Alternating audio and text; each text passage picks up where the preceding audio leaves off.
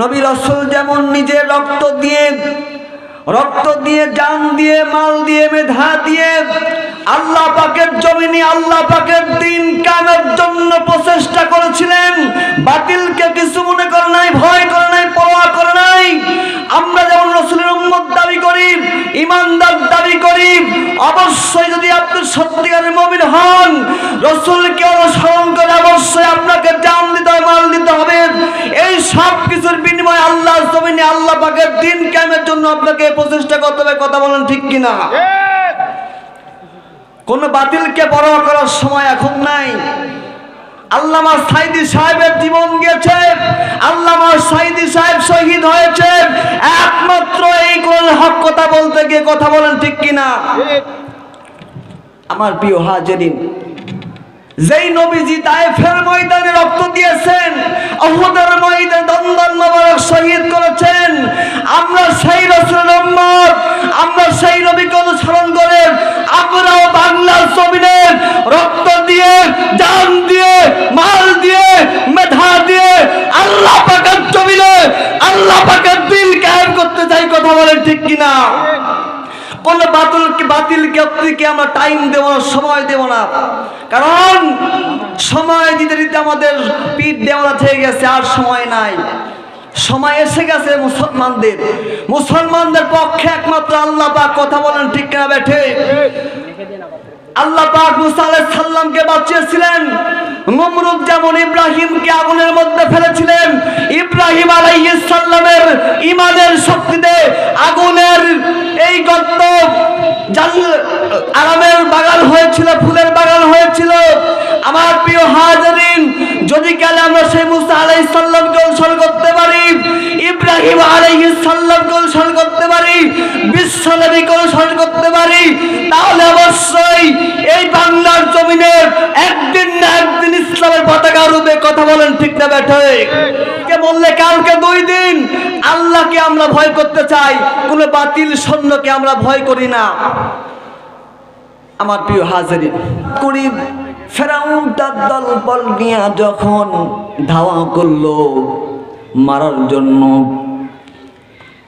মুসা আলাইহিস সালাম যখন তার সৈন্যদেরকে নিয়ে যখন সামনের দিকে দৌড়াতে শুরু করলেন, আমার প্রিয় হাজিরিন লক্ষ্য করবেন, যাওয়ার পথে সামনে বিশাল নদী যখন বেঁধে গেল, পিছনে যখন ফেরাউন তেরে আসছে তার সৈন্যদেরকে নিয়ে, এমন তো সময় সাইডে কোনো জায়গা নাই যাওয়ার মতো। মুসা আলাইহিস সালামের দলবল সকলেই যখন ভয়ে পেয়ে বলতে লাগলো, ফালাম্মা তারাআল জামআনি ক্বালা আসহাবু মুসা ইন্না লামুদরাকুন। পিছনে ফেরাউন তেরে আসতেছে, সামনে বিশাল নদী, পারাপারে কোনো জায়গা নাই, আমরা এখন পাকড়াও হয়ে যাব। মুসা আলাইহিস সালাম তার দলবলকে ডাক দিয়ে বললেন, ক্বালা কাল্লাম ইন্না মাইয়া রাব্বি সায়াহদিন। মুসা আলাইহিস সালাম বললেন, ওগো আমার দলবলেরা, ভয় পাওয়ার কোনো কারণ নাই। আমি যে আল্লাহ পাকের প্রতি ঈমান এনেছি, সে আল্লাহ পাক অবশ্যই আমার রাস্তা খুলে দিবেন। আমার প্রিয় হাজিরিন, মুসা আলাইহিস সালাম বলেন তো ভরসা করেছিলেন কার প্রতি? আল্লাহ পাকের প্রতি। আমার প্রিয় হাজিরিন,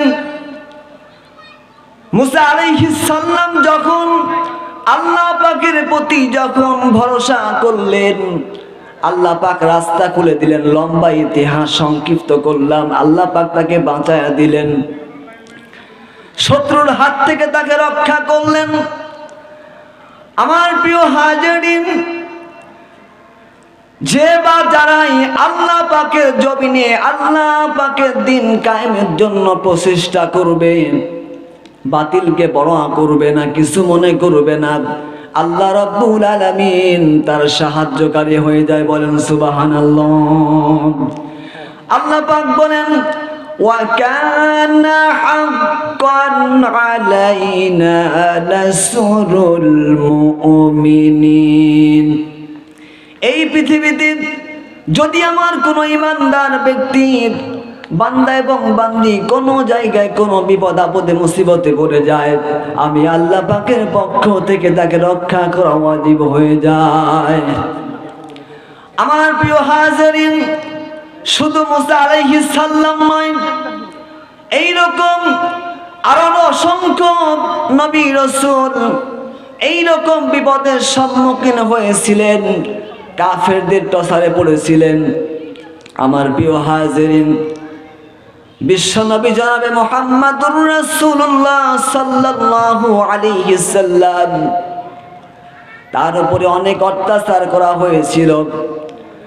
আমার প্রিয় হাজিরিন, তাদের একমাত্র কথাই ছিল আল্লাহ পাকের জমিনে আল্লাহ পাকের দিন কায়েম করতে হবে।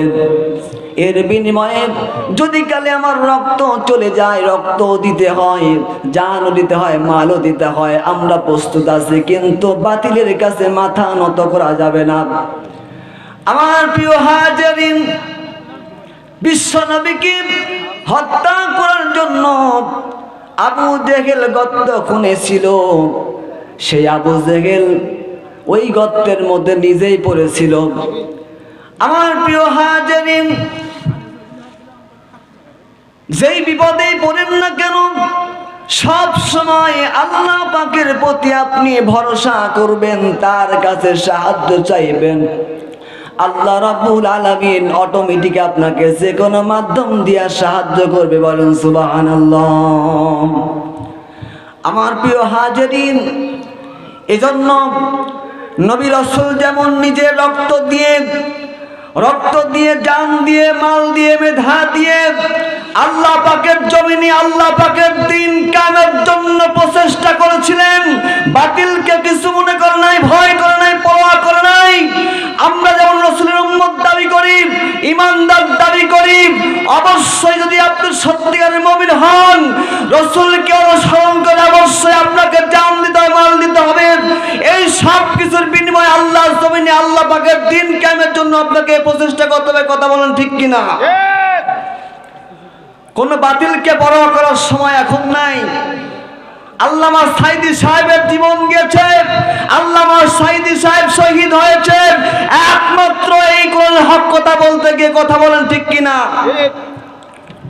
আমার প্রিয় হাজিরিন, যেই নবীজি তায়েফের ময়দানে রক্ত দিয়েছেন, উহুদের ময়দানে দন্দন মোবারক শহীদ করেছেন, আমরা সেই রাসূলের উম্মত, আমরা সেই নবীকে অনুসরণ করে আমরাও বাংলার জমিনে রক্ত দিয়ে, জান দিয়ে, মাল দিয়ে, মেধা দিয়ে আল্লাহ পাকের জমিনে আল্লাহ পাকের দিন কায়েম করতে চাই। কথা বলেন ঠিক কিনা? কোন বাতিলকে আপনি আমরা টাইম দেব না, সময় দেব না, কারণ সময় দিতে দিতে আমাদের পিঠ দেওয়া হয়ে গেছে, আর সময় নাই। সময় এসে গেছে মুসলমানদের পক্ষে একমাত্র আল্লাহ পাক। কথা বলেন ঠিক কিনা বেঠে? আল্লাহ পাক মুসা আলাইহিস সালামকে বাঁচিয়েছিলেন। নমরুদ যেমন ইব্রাহিমকে আগুনের মধ্যে ফেলেছিলেন, ইব্রাহিম আলাইহিস সালামের ঈমানের শক্তিতে আগুনের এই গর্ত আরামের বাগান হয়েছিল, ফুলের বাগান হয়েছিল। আমার প্রিয় হাজিরিন, যদি কালে আমরা সেই মুসা আলাইহিস সালামকে অনুসরণ করতে পারি, ইব্রাহিম আলাইহিস সালামকে অনুসরণ করতে পারি, বিশ্ব নবীকে অনুসরণ করতে পারি, তাহলে অবশ্যই এই বাংলার জমিনে একদিন না একদিন ইসলামের পতাকা উড়বে। কথা বলেন ঠিক না বেঠে? আমার প্রিয় হাজিরিন, এজন্য কাউকে ভয় করার সময় নাই, সময় এসেছে, সময় কাজে লাগাতে হবে। কথা বলেন ঠিক না বেঠিক? এই আঙ্গুল দিয়ে যদি আপনি অবৈধ জায়গায় সিল মারেন, অবশ্যই আঙ্গুল, এই হাত, এই মস্তিষ্ক আপনার বিপক্ষে কিয়ামতে সাক্ষী দেবে। যেই ব্যক্তিগণ আল্লাহ পাকের জমিনে আল্লাহ পাকের দিন কায়েমের জন্য প্রচেষ্টা করে, আমরা একমাত্র সেই ডান পক্ষে আমরা নির্বাচিত করতে চাই। কথা বলেন ঠিক না বেঠিক? আমার প্রিয় হাজিরিন, আজকে বললে কালকে 2 দিন আল্লাহকে আমরা ভয় করতে চাই, কোন বাতিল সৈন্যকে আমরা ভয় করি না। আমার প্রিয় হাজিরিন, আল্লাহ পাক বলেন, আল্লাহ পাক বলেন, قُلْ إِن كُنتُمْ تُحِبُّونَ اللَّهَ فَاتَّبِعُونِي يُحْبِبْكُمُ اللَّهُ। আল্লাহ পাক বলেন, নবী যদি কালে আপনার উম্মতগণ আমি আল্লাহ পাকের ভালোবাসা পেতে চাই, আপনার উম্মতকে আপনার মতো চলতে বলেন। আপনি যেমন করে সালাত আদায় করেছেন, যেমন করে কথা বলেছেন, যেমন করে রাষ্ট্র প্রধানগিরি করেছেন, যেমন করে আপনি রাষ্ট্র চালাইছেন, যেমন করে আপনি রাজনীতি করেছেন, যেমন করে আপনি শুয়েছেন, খেয়েছেন, তাকাইছেন, তেমন করে আপনার উম্মতদেরকে আপনি চলতে বলেন। যদি কালে আপনার উম্মতগণ আপনি নবীকে পরিপূর্ণ অনুসরণ অনুকরণ করতে পারে, আমি আল্লাহ ওয়াদা দিলাম, কথা দিয়ে দিলাম, ইউহিব্বুকুমুল্লাহ, তারা আমি আল্লাহ পাকের ভালোবাসা পেয়ে যাবে। আমার প্রিয় হাজিরিন, ইউহিব্বুকুমটা হলো মুজারে, বর্তমান, ভবিষ্যৎ, প্রেজেন্ট, ফিউচার। আল্লাহ পাক বলেন বর্তমানেও তারা আমি আল্লাহ পাকের ভালোবাসা পাবে, ফিউচার, ভবিষ্যতেও পেয়ে যায়। বলেন সুবহানাল্লাহ। 2 নম্বরে হলো وَيَغْفِرْ لَكُمْ ذُنُوبَكُمْ وَاللَّهُ غَفُورٌ رَحِيمٌ। আমি আল্লাহ পাক ওয়াদা করলাম তাদের জীবনের সমস্ত গুনাহ আমি আল্লাহ পাক মাফ করে দেব। এই 2টা পুরস্কার দান করব, 2টা পুরস্কার দান করব। শর্ত হলো আপনি নবীকে যাদের পরিপূর্ণ অনুসরণ করতে হবে। কথা বলেন ঠিক না বেঠে? আমার প্রিয় হাজিরিন, কথা বললেই মানুষ, কেউ মাইন্ডে নেবেন না, কথা বললেই মানুষ রাজনীতি রাজনীতি এই বলে ওই বলে। আমার ভাইরা, রাজনীতি এই শব্দটা খারাপ না, এটা আখিরাতের বিষয়। আমরা ব্যক্তি খারাপভাবে চলি, তাই নবীজি যেভাবে রাষ্ট্র চালাইছেন, রাষ্ট্রনায়ক ছিলেন, তিনি রাষ্ট্র পরিচালনা করেছেন, তার তরিকায় আমাদের রাষ্ট্র চালাতে হবে। যদি কালে কোরআন দিয়া এই রাষ্ট্র চলে তাহলে কি ফায়দা হবে? আল্লাহ পাক বলেন, ফামান তাবিআ হুদায়া ফালা খাউফুন আলাইহিম ওয়ালা হুম ইয়াহজানুন। আমার বিধান যারা মেনে চলবে, এই বিধান মানার কারণে দুনিয়ার সমস্ত ভয় থেকে, সমস্ত টেনশন থেকে আমি আল্লাহ পাক রব্বুল আলামিন আমার গোলামদেরকে আমি আল্লাহ পাক রব্বুল আলামিন উদ্ধার করব। বলেন সুবহানাল্লাহ। সকল টেনশন থেকে, বিপদ থেকে আল্লাহ পাক আমাদের উদ্ধার করবেন। আমার প্রিয় হাজিরিন, অনেক কথা ছিল, কথাগুলো বলতে পারলাম না, সময় অনেক কম। আমার বড় ভাই যেহেতু আসছেন, উনিও কথা বলবেন। যাই বললাম, ছোট মানুষ, যদি কালে কোনো বেয়াদবি করে থাকি, ভুল ত্রুটি করে থাকি, আল্লাহর রাস্তায় মাফ করবেন এবং